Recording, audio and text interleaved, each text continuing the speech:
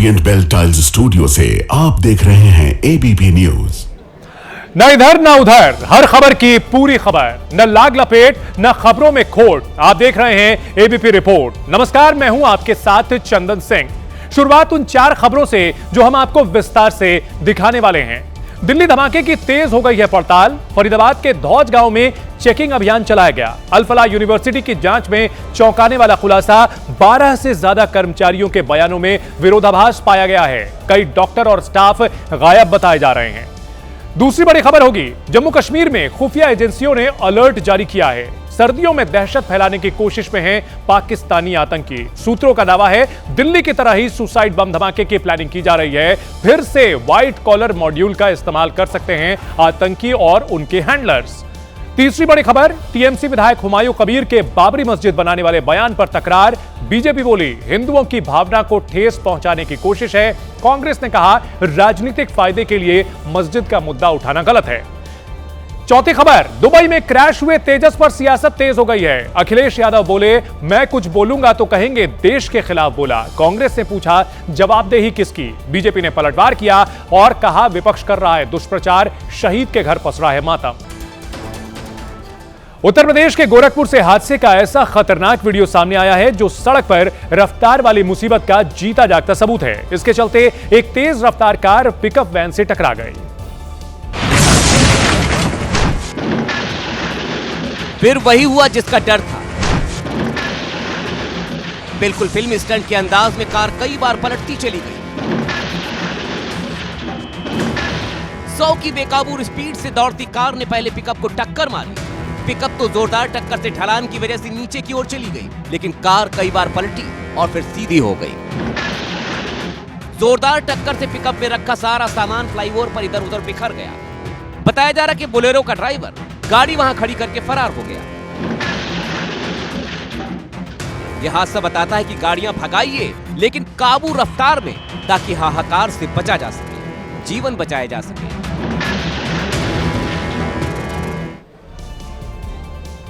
गुजरात के राजकोट से भी हादसे की तस्वीरें आई हैं, जहां एक गली के चौराहे पर कार और स्कूटी की टक्कर हो गई, जिसमें स्कूटी सवार को चोटें आई हैं। बीच सड़क लापरवाही कैसे भारी पड़ी, ये तस्वीर उसका जीता जागता सबूत है। हादसे से पहले स्कूटी सवार मोबाइल रखने निकालने में ही बिजी था और तभी अचानक से सामने कार आ गई और वो भिड़ गई। इस दौरान न कार सवार ने चौराहे पर ब्रेक लगाया और न ही बाइक सवार। वो तो शनिवार का दिन था और सुबह का वक्त होने की वजह से सड़क खाली थी, नहीं तो हादसा भयानक भी हो सकता था। महाराष्ट्र के ठाणे में रॉन्ग साइड से आई तेज रफ्तार कार ने कई बाइक्स में टक्कर मार दी। अंबरनाथ पुल पर हुए हादसे में 4 लोगों की मौत हो गई, जबकि 3 लोग गंभीर रूप से घायल हुए हैं। पुल पर काल बनकर दौड़ी थी कार। एक झटके में पुल पर तबाही का मंजर दिखाई दे गया। सीसीटीवी में दिखा कि कार पीछे से ही किसी को टक्कर मारते हुए आई और उसने आगे जा रहे बाइक सवारों को टक्कर मार दी। इस हादसे में एक बाइक सवार तो 30 फीट नीचे बगल वाली गली में जा गिरा। महज 4 सेकंड में कार अंबरनाथ पुल पर कोहराम मचाकर पलट गई। कार गलत दिशा से फुल रफ्तार में आ रही थी और फिर जो उसने किया कि कई लोगों की जिंदगी पर भारी पड़ गया। चंद पलों में पुल पर लोगों का मजमा लग गया। लोगों ने घायलों को अस्पताल पहुंचाया, लेकिन हादसे में घायल 7 लोगों में से 4 लोगों की मौत हो गई। यह हादसा बताता है कि सड़क पर रॉन्ग साइड गाड़ी दौड़ाने का और तेज रफ्तार से भगाने का क्या परिणाम हो सकता है। मध्य प्रदेश की राजधानी भोपाल में बदमाशों का आतंक देखने को मिला, जहां कार से बाइक की टक्कर के बाद 2 गुटों में जमकर मारपीट हुई। 20 से ज्यादा बदमाशों ने 4 लड़कों को दौड़ा दौड़ा कर पीटा, लेकिन हैरानी की बात यह रही कि पीटने गए लोग ही बुरी तरह पिट गए। स्कूटी खड़ी की और वहां से गुजर रहे लड़कों पर बांस लेकर टूट पड़ा। एक ने बांस लेकर दौड़ाया तो दूसरे ने गला पकड़ लिया। इसी बीच सफेद रंग की कार के पास खड़े युवक पर बांस से जोरदार हमला हुआ, लेकिन थोड़ी देर में बाजी पलट गई और दूसरा गुट भी लाठी डंडा लेकर पलटवार करने पहुंच गया। शुरू में जो गुट कमजोर दिख रहा था, अब वो भारी पड़ने लगा था। हमले की शुरुआत करने वाले घेर लिए गए और लाठी डंडों से उनकी अंधाधुंध पिटाई होने लगी। करीब 20 लोगों ने मिलकर 4 युवकों को जमकर पीटा। सबसे ज्यादा पिटाई उस युवक की हुई जो स्कूटी चलाकर आया था। कार में दबाकर उसकी बेरहमी से पिटाई की गई। उसके बाद बांस से सबसे पहले हमला करने वाले युवक को भी कई युवकों ने पकड़ लिया। उसे स्कूटी के पास ही पटक पटक कर मारा। बाद में स्थानीय लोग घरों से बाहर निकले, तब जाकर मामला शांत हुआ। उत्तर प्रदेश के हापुड़ में एक स्कूल के प्रिंसिपल का वीडियो वायरल हो रहा है, जिसमें प्रिंसिपल 9वीं की छात्रा को जान से मारने की धमकी दे रही हैं। मामला पिलखुआ के वीआईपी इंटर कॉलेज का है।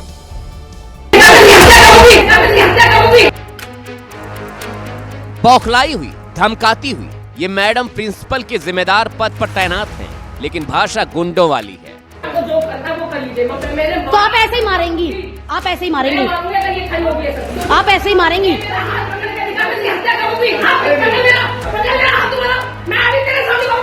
सुनो, अगर मेरी मैम मेरी बात सुनो, आप सीसीटीवी में मुझे दिखाओ। आप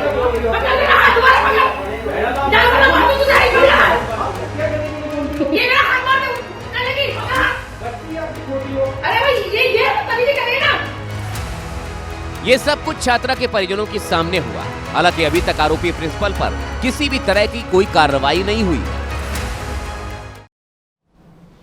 दिल्ली धमाके के बाद आतंक के नेटवर्क की परतें धीरे धीरे खुल रही हैं। आतंकियों से पूछताछ में धमाके की साजिश से लेकर एक एक किरदार के सच को सामने से लाया जा रहा है। धमाके की तैयारी से लेकर फंडिंग तक एनआईए के सामने आतंकियों ने सारे राज उगल दिए हैं। आतंकी डॉक्टर मुजम्मिल, आदिल, उमर और शाहीन पर बड़ा खुलासा हुआ है। सबसे बड़ा खुलासा डॉक्टर शाहीन के बहुत खास मित्र आतंकी मुजम्मिल को लेकर हुआ है। आतंकी डॉक्टर मुजम्मिल अल फलाह हॉस्पिटल में चीफ मेडिकल ऑफिसर के पद पर काम कर रहा था। मुजम्मिल की सालाना आय करीब 9 लाख रुपए थी।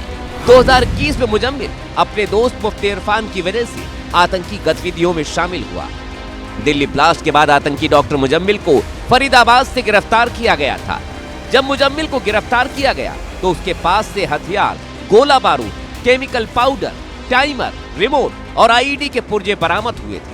गिरफ्तारी के बाद श्रीनगर में मुजम्मिल से पूछताछ की गई, जिसमें उसने कबूल किया कि बरामद सामान ब्लास्ट में खुद को उड़ा लेने वाले आतंकी डॉक्टर उमर मोहम्मद ने मुहैया कराए थे। आतंकी मुजम्मिल ने पूछताछ में और कई राज बताए हैं। उसने कहा कि फरीदाबाद से बरामद विस्फोटक 2023-24 के दौरान ही उससे आतंकी उमर ने सौंप दिया था। उमर ने ऐसा क्यों किया, उसके बारे में भी विस्तार से जानकारी दी और यह भी बताया कि विस्फोटक खरीदने के लिए पैसे कहां से आए। भारत को दहलाने के लिए जिन विस्फोटकों को फरीदाबाद में जुटाकर रखा गया था, उसे खरीदने के लिए चंदा लगाया गया था। आतंक के सर्जनों में से डॉक्टर आदिल अहमद ने 8 लाख रुपए दिए थे। डॉक्टर मुजम्मिल ने 5 लाख रुपए दिए थे। आतंकी आदिल का भाई और देश से फरार डॉक्टर मुजफ्फर अहमद ने 6 लाख रुपए दिए थे। ब्लास्ट में मारे गए आतंकी डॉक्टर उमर ने 2 लाख रुपए दिए। आतंकी मुजम्मिल की गर्लफ्रेंड डॉक्टर शाहीन ने 5 लाख रुपए दिए। विस्फोटक खरीदने के लिए कुल 26 लाख रुपए जमा किए गए और ये सारा पैसा डॉक्टर उमर को दे दिया गया। डॉक्टर उमर ने इन पैसों का इस्तेमाल आईईडी तैयार करने के लिए गुरुग्राम और नूह से एनपीके खाद खरीदी। बाकी सारे केमिकल, रिमोट और आईईडी के पार्ट भी चंदे के पैसे से उमर ने मुहैया कराए। पूछताछ में आरोपी मुजम्मिल ने बताया कि उमर ने करीब 26 क्विंटल एनपीके खाद खरीदी थी। उसके लिए 3 लाख रुपए का भुगतान किया गया ताकि आगे चलकर आईईडी तैयार हो सके। पूछताछ में आतंकी मुजम्मिल ने यह भी बताया कि जैसे ही चंदे की राशि 26 लाख रुपए हुई तो खर्च के हिसाब किताब को लेकर के विवाद होने लगा। आतंकी उमर और डॉक्टर मुजम्मिल के बीच पैसे को लेकर झगड़ा भी हुआ था। मुजम्मिल चाहता था कि उमर उसे पूरी जानकारी दे कि 26 लाख कहां और कैसे खर्च किए। उमर ने जानकारी देने से मना किया। इसके बाद दोनों के बीच झगड़ा हो गया। फिर विस्फोटक समेत सारा सामान मुजम्मिल को दे दिया गया, जो गिरफ्तारी के बाद फरीदाबाद से बरामद हुआ। शाहीन की कार से बरामद हथियार उमर ने 2024 में इरफान को दिया था। बाद में इस विवाद की वजह से ही यह सामान भी मुजम्मिल ने अपने कब्जे में ले लिया था। मुजम्मिल की इंटरोगेशन रिपोर्ट से यह तो साफ है कि इस खतरनाक हमले की प्लानिंग पिछले काफी समय से चल रही थी और इस प्लानिंग में पारदर्शिता और विवाद को सुलझाने के लिए आतंकी उमर ने करीब 3 महीने पहले सिग्नल ऐप पर एक ग्रुप बनाया था। इस ग्रुप में मुजम्मिल, अदील, मुजफ्फर और इरफान को जोड़ा गया था, लेकिन विवाद फिर भी नहीं सुलझा। और इसी खींचतान के बीच जम्मू कश्मीर पुलिस को आतंकी के डॉक्टर मॉड्यूल के बारे में जानकारी मिल गई। 10 नवंबर को फरीदाबाद में रेड कर उन्होंने आतंकी मुजम्मिल समेत 3 आतंकियों को गिरफ्तार किया था। तो वहीं आतंकी उमर ने पकड़े जाने के डर से दिल्ली के लाल किले के पास खुद को ब्लास्ट कर उड़ा लिया था। वहीं दिल्ली धमाके में गिरफ्तार मुफ्ती इरफान ने एनआईए टीम से पूछताछ में मुजम्मिल को लेकर कई जानकारियां दी हैं। उसने बताया कि कश्मीर में स्थानीय आतंकी संगठन मजबूत करने की तैयारी थी। 9 से 10 नवंबर की रात इरफान अहमद से पूछताछ की गई थी। इसमें उसने बताया कि पढ़ाई के दौरान इरफान की मुलाकात हाफिज मुजम्मिल से हुई थी। हाफिज मुजम्मिल बाद में अंसार गजवत-उल हिंद में शामिल हो गया। इरफान ने भी अंसार गजवत-उल हिंद में शामिल होने की इच्छा जताई थी। दिल्ली धमाके में आरोपी डॉक्टर मुजम्मिल ने उससे संपर्क किया। 2022 में डॉक्टर मुजम्मिल ने इरफान को आदिल और उमर से मिलाया और अंसार गजवातुल हिंद में जाने के बजाय स्थानीय कश्मीरी आतंकी संगठन बनाने पर बात हुई। अक्टूबर 2023 में इरफान जब आदिल और उमर से मिला तो उनके पास एक AK-47 राइफल थी। बाद में मुजम्मिल और उमर के साथ शाहीन भी उससे मिलने आए। सूत्रों के हवाले से यह भी बात सामने आई है कि इनका कनेक्शन पाकिस्तान के आतंकियों से भी था। सूत्रों के हवाले से अब बड़ा खुलासा हुआ है कि जम्मू कश्मीर में आतंकी घुसपैठ कर सकते हैं। सर्दियों में पाकिस्तानी ग्रुप आतंक फैलाने की फिराक में है। दिल्ली की तरह ही सुसाइड बम धमाके की प्लानिंग है। आतंकी मूविंग व्हीकल IED का इस्तेमाल कर सकते हैं। पढ़े लिखे लोगों को सुसाइड बॉम्बर बनाने की तैयारी है। खबर है कि आतंकी व्हाइट कॉलर मॉड्यूल का फिर से इस्तेमाल कर सकते हैं। इसलिए दिल्ली ब्लास्ट के बाद सुरक्षा एजेंसियों ने जांच का दायरा बढ़ा दिया है। फिलहाल जम्मू कश्मीर में एक्टिव आतंकियों की संख्या 131 बताई गई है, जिनमें से 121 आतंकी पाकिस्तानी मूल के हैं, जबकि 9 स्थानीय। कश्मीर घाटी में सिर्फ 3 स्थानीय आतंकी एक्टिव हैं। 2024 के आखिर तक सिर्फ 59 पाकिस्तानी आतंकवादी एक्टिव थे। इनमें से 21 जैश, 21 लश्कर, 3 हिजबुल और 14 दूसरे ग्रुप्स के थे। आतंकियों की घुसपैठ में लश्कर, जैश, TRF और PAFF ने मदद की थी। आतंकियों की तलाश के बीच अल फलाह यूनिवर्सिटी की जांच में चौंकाने वाले खुलासे हो रहे हैं। यूनिवर्सिटी के 12 से ज्यादा कर्मचारियों के बयानों में विरोधाभास पाया गया है। पूछताछ में कई कर्मचारियों के बयान आपस में मेल नहीं खा रहे हैं। यही नहीं, कई डॉक्टर और स्टाफ धमाके के बाद अंडरग्राउंड हैं, यानी उनका सुराग नहीं मिल पा रहा है। धमाके के बाद संदिग्ध हालात में यूनिवर्सिटी से कई लोग गायब हो चुके हैं। कई स्टाफ के सोशल मीडिया अकाउंट भी अचानक बंद हो चुके हैं। कई संदिग्धों के मोबाइल फोन भी अचानक बंद हो गए हैं और इसकी वजह से साजिश में कई स्टाफ की भूमिका पर शक गहरा गया है। इस मामले में 2 लाख से ज्यादा वाले कई बैंक खातों की जांच भी की जा रही है। आतंकी डॉक्टर मॉड्यूल की जांच के बीच एक और बड़ा खुलासा हुआ है। सूत्रों के मुताबिक डॉक्टर उमर अल फलाह यूनिवर्सिटी के टावर 17 के कमरा नंबर 4 में रहता था। जांच एजेंसियों ने जब टावर 17 के गार्ड से पूछताछ की तो गार्ड ने बड़ा खुलासा किया, जिसके मुताबिक डॉक्टर उमर 8 महीने से हर रोज कुछ एक्सपेरिमेंट करते थे, जिसकी वजह से कमरे में काले रंग के धब्बे पड़ गए थे। जो उस टावर का गार्ड था उसको जब बुलाया गया और उसके साथ जब पूछताछ की गई तो उसने ये बताया कि पिछले 8 महीने से लगातार इस प्रकार की जो पूरी दिनचर्या थी उसे डॉक्टर उमर अंजाम देता था कि वो अपने कमरे के अंदर ही एक्सपेरिमेंट करता था। काले रंग का जो धुआं था वो पिछले 8 महीने से हर रोज के निकलता रहता था और उसके अलावा एक बदबू भी आती थी। सूत्रों के मुताबिक गार्ड ने इस एक्सपेरिमेंट के बारे में अल फलाह यूनिवर्सिटी के अधिकारियों को भी बताया था, लेकिन यूनिवर्सिटी प्रशासन ने डॉक्टर उमर के खिलाफ कोई एक्शन नहीं लिया, न कोई पूछताछ की। लेकिन जांच एजेंसियों के सूत्रों के मुताबिक इस बात का खुलासा हुआ है कि डॉक्टर उमर TATP की विस्फोटक क्षमता बढ़ाने के लिए अपने कमरे में केमिकल से एक्सपेरिमेंट करता था। इसके सबूत उमर के वीडियो में भी मिले थे और कमरे की तलाशी के दौरान भी मौके से वही केमिकल मिले जिनका जिक्र वीडियो में किया गया था। जमीयत उलेमाए हिंद के अध्यक्ष मौलाना अरशद मदनी ने एक बार फिर मोदी सरकार को निशाने पर लिया है। मदनी के मुताबिक दुनिया में जहां मुस्लिम आगे बढ़ रहे हैं, वहीं भारत में मुसलमानों को नीचा दिखाया जा रहा है। लेकिन इस दौरान उन्होंने अल फलाह यूनिवर्सिटी पर भी बयान दिया है। मदनी ने कहा, न्यूयॉर्क और लंदन में मुसलमान मेयर बन सकते हैं, लेकिन भारत में ऐसा नहीं हो सकता। कि आज दुनिया का मुसलमान एक आदमी न्यूयॉर्क का मेयर बन सकता है, ममदानी लंदन के अंदर मेयर बन सकता है एक खान। हिंदुस्तान के अंदर किसी मुस्लिम यूनिवर्सिटी का कोई आदमी वाइस चांसलर नहीं बन सकता, और अगर बनेगा तो आजम खां की तरह जेल के अंदर जाएगा। मदनी यहीं नहीं रुके, उन्होंने अल फलाह यूनिवर्सिटी की हिमायत करते हुए इसे मुसलमानों के उत्पीड़न से जोड़ दिया। आज देख लीजिए अल फलाह का क्या हो रहा है, जेल में पड़ा हुआ है और कितने साल जेल के अंदर गुजरते हैं नहीं जानता कोई आदमी। कौम, गवर्नमेंट मुल्क की आजादी के बाद इस पर लगी हुई है कि मुसलमान को सर नहीं उठाने देना है। इधर बीजेपी ने बयान को पूरी तरह भड़काऊ बताते हुए इसकी आलोचना की है। राम की नगरी अयोध्या में राम मंदिर पर धर्म ध्वजा की स्थापना की तैयारियां अंतिम चरण में हैं। 25 नवंबर को प्रधानमंत्री नरेंद्र मोदी अयोध्या में राम मंदिर पर ध्वजारोहण करेंगे। 25 नवंबर को विवाह पंचमी है और उसी दिन अयोध्या के राम मंदिर पर केसरिया रंग की धर्म ध्वजा फहराई जाएगी। उससे पहले एबीपी न्यूज से खास बातचीत में राम मंदिर निर्माण समिति के अध्यक्ष नृपेंद्र मिश्रा ने धर्म ध्वजा के बारे में खास जानकारी दी। शिखर की कुल ऊंचाई लगभग 170 फीट है। ये कानपुर में बना है। नृपेंद्र मिश्रा ने यह भी बताया कि राम मंदिर से संबंधित सभी निर्माण कार्य पूरे हो चुके हैं। राम मंदिर का परकोटा भी बनकर तैयार है। यही नहीं, भगवान राम के जीवन प्रसंग से जुड़े 7 अन्य मंदिर भी परिसर में बनकर तैयार हैं। यानी मंदिर का रूप और भव्य हो चुका है।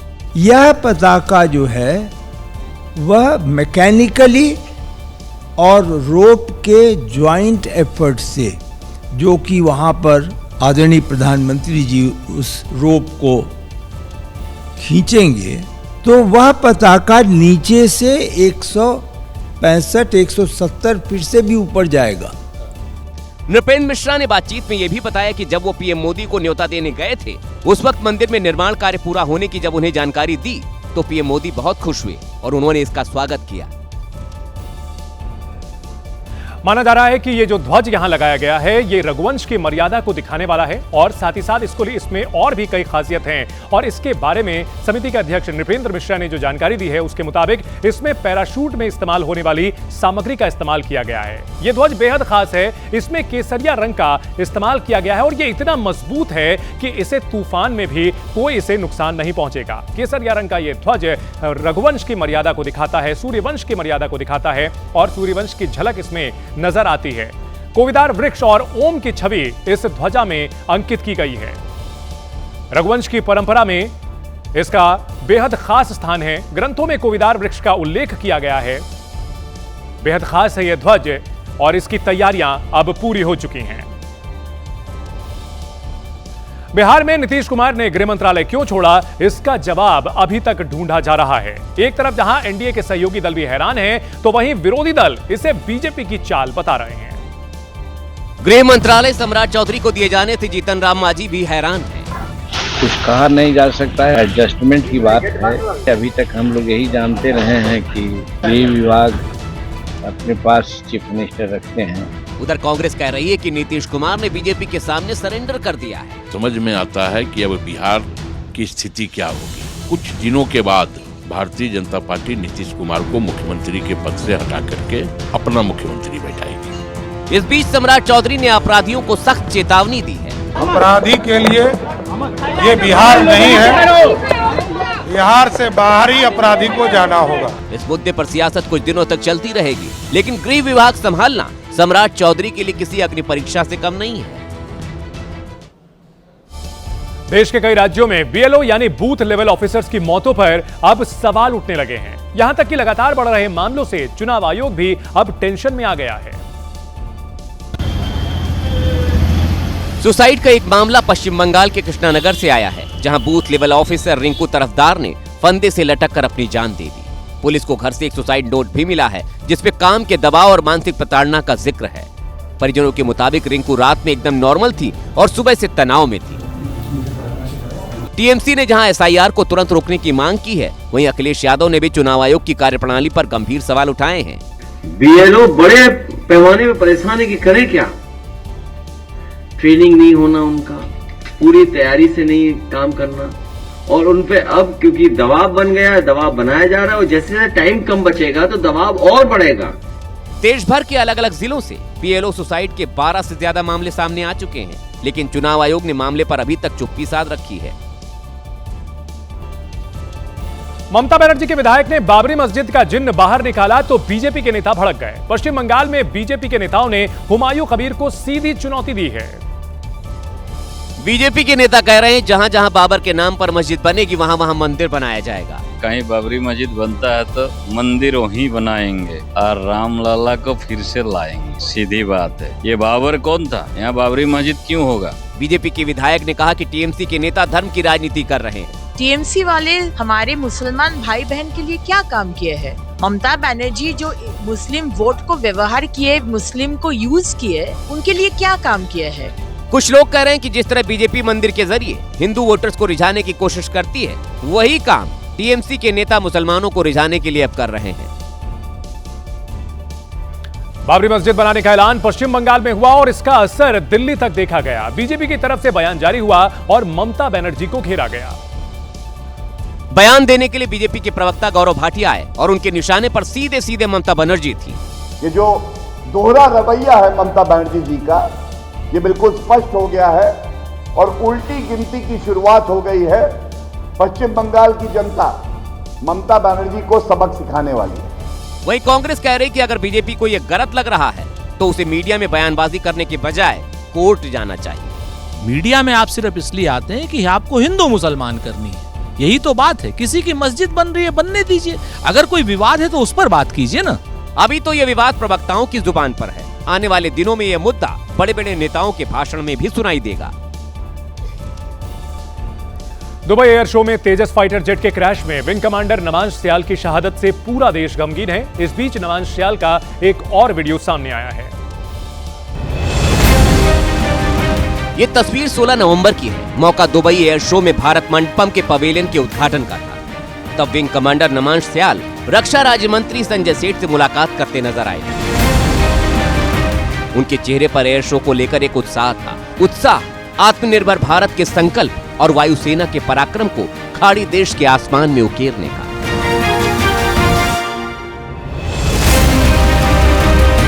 किसे मालूम था शुक्रवार के दिन तेजस की आसमानी उड़ान वीर सपूत की जिंदगी में आखिरी शाम लिख देगी। सारे सपने राख हो गए। निधन की खबर से नमांश सियाल के पैतृक गांव हिमाचल प्रदेश के नगरोटा बागवा में मातम पसर गया। उत्तर प्रदेश के सहारनपुर में यमुना नदी के पुल पर एक चलती कार में आग लग गई। कार में सवार लोगों ने समय रहते कूदकर अपनी जान बचाई, लेकिन आग की लपटों ने कार को पूरी तरह से अपनी चपेट में ले लिया। कार में पहले हल्का धुआं उठा और उसके बाद देखते ही देखते कार आग का गोला बन गई। धुआं कार के बोनट से निकलना शुरू हुआ था, जो थोड़ी देर बाद भीषण अग्निकांड में बदल गया। यमुना नदी के ऊपर बने पुल पर हुए इस हादसे से अफरा तफरी मच गई, लेकिन गनीमत ये रही कि कार में बैठे सभी लोग समय रहते वाहन से कूदकर सुरक्षित बाहर निकल गए।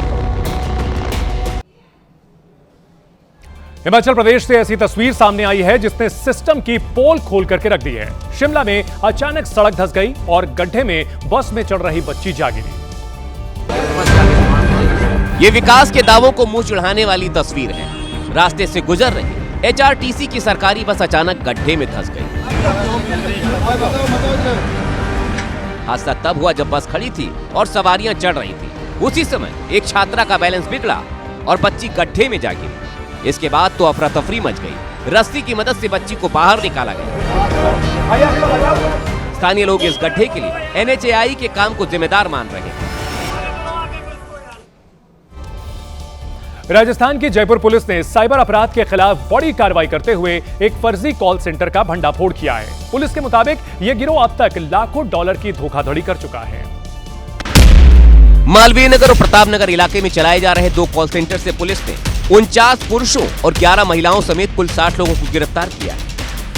ये गिरोह खुद को अमेज़न और एप्पल के ग्राहक सेवा केंद्र बताकर अमेरिकी नागरिकों को निशाना बनाता था। आरोपी इंटरनेट पर अपने फर्जी कस्टमर केयर नंबरों को गूगल सर्च में ऊपर दिखाते थे। जब अमेरिकी नागरिक तकनीकी मदद या रिफंड के लिए इन नंबरों पर कॉल करते तो उनको धमकाया जाता और पैसे ऐंठे जाते। इसको डिजिटल अरेस्ट के नाम पे धमकाना या ये कहना कि आपका ये अकाउंट ब्लॉक हो गया है, आप दूसरा खोलो, या किसी का पेमेंट मान लीजिए रिफंड नहीं आया है, किसी ने कोई सामान वापस किया है। पुलिस ने कार्रवाई के दौरान 57 कंप्यूटर और 3 लैपटॉप भी जब्त किए हैं। जांच में यह भी पता चला है कि आरोपी कॉलिंग के लिए आईबीम और वीसी जैसे हाईटेक क्लाउड कॉलिंग तकनीक का इस्तेमाल कर रहे थे। बिहार में महागठबंधन की हार ने बीजेपी को हमले का नया मौका दे दिया है। अब बीजेपी के कई नेता यह भविष्यवाणी कर रहे हैं कि दिल्ली का इंडिया गठबंधन टूटने की कगार पर है। यह दावा इस बार बिहार बीजेपी के अध्यक्ष और नीतीश सरकार में मंत्री दिलीप जायसवाल ने किया है। गठबंधन टूटने के कगार पर है। राहुल गांधी का नेतृत्व अब कोई स्वीकार करने को तैयार नहीं है और आप देख लीजिएगा बहुत जल्द ही इंडी गठबंधन में बहुत बड़ी टूट होने जा रही है। बीजेपी के नेता कह रहे हैं कि यह गठबंधन चुनाव के वक्त आपस में ही लड़ता रहा। जमीन पर कांग्रेस लड़ी नहीं, आपस में लड़ रहे थे। सीट बंटवारा हो या फिर आपसी समन्वय, बिहार चुनाव के दौरान महागठबंधन के अंदर आखिरी दिन तक मतभेद नजर आए थे। देश की आर्थिक राजधानी मुंबई में भीषण आग लगने से अफरा तफरी मच गई। आग माहिम रेलवे स्टेशन के करीब लगी, जिस वजह से बांद्रा माहिम रेल सेवा को स्थगित करना पड़ा। आग रेलवे ट्रैक के करीब झुग्गियों में लगी और देखते ही देखते चिंगारी ज्वाला में बदल गई और पूरे इलाके को उसने अपनी चपेट में ले लिया। सूचना पर फायर ब्रिगेड की कई गाड़ियां मौके पर पहुंची और आग बुझाने की कोशिश शुरू हुई। यह आग मुंबई की लाइफलाइन लोकल ट्रेन की पटरियों के बेहद करीब लगी। इसी वजह से एहतियातन वहां से गुजरने वाली लोकल ट्रेन को अलग अलग स्टेशन पर रोका गया। राहत की बात यह रही कि इस भीषण आग में कोई जनहानि नहीं हुई। इस वक्त की बड़ी खबर दिल्ली के जेएनयू से आ रही है। दिल्ली के जवाहरलाल नेहरू यूनिवर्सिटी में छात्रों ने हंगामा किया है। जेएनयू लाइब्रेरी में छात्रों ने फेस रिकॉग्निशन सिस्टम को उखाड़ दिया है। छात्रों के हंगामे का यह वीडियो भी सामने आया है। तो देखिए, जेएनयू में हंगामे की तस्वीरें सामने आई हैं और फेस रिकॉग्निशन सिस्टम जो लाइब्रेरी में लगा हुआ था उसको छात्रों ने उखाड़ दिया है।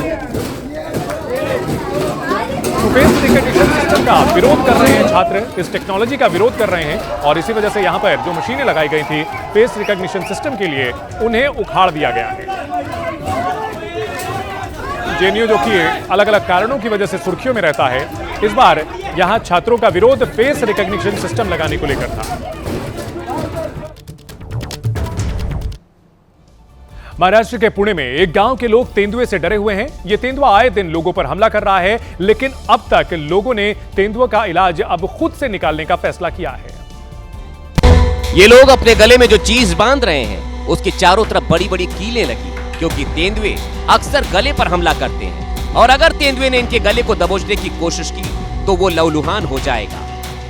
कुछ दिन पहले एक महिला ने अपनी आंखों से तेंदुए के हमले को देखा था। तब तेंदुए ने एक कुत्ते पर हमला किया था, लेकिन कुत्ते की गर्दन में कील वाली बेल्ट थी, जिसके चलते कुत्ते की जान बच गई और उसी के बाद इन किसानों ने भी कील वाली बेल्ट पहनने का फैसला कर लिया। इसे देखते हुए अब प्रशासन ने इलाके में 3000 से ज्यादा कील वाली बेल्ट बांटी है, ताकि खेत पे काम करते वक्त लोग सुरक्षित महसूस कर सकें। दरअसल शिरूर तालुका के पिंपरखेड़ा गांव में पिछले 20 दिन में 3 लोगों की जान तेंदुओं के हमले में जा चुकी है।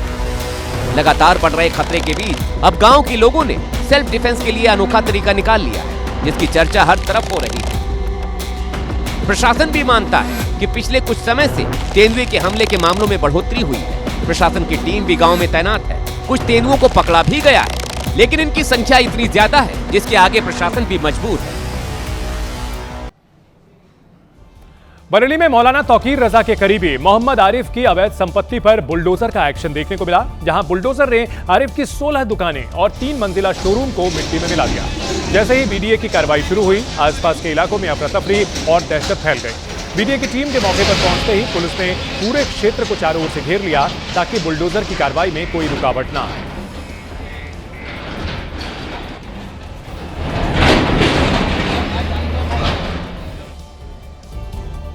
ये थी आज की एबीपी रिपोर्ट। कल भी जारी रहेगी खबरों की खोज। आगे रहने के लिए आप देखते रहिए एबीपी न्यूज। नमस्कार।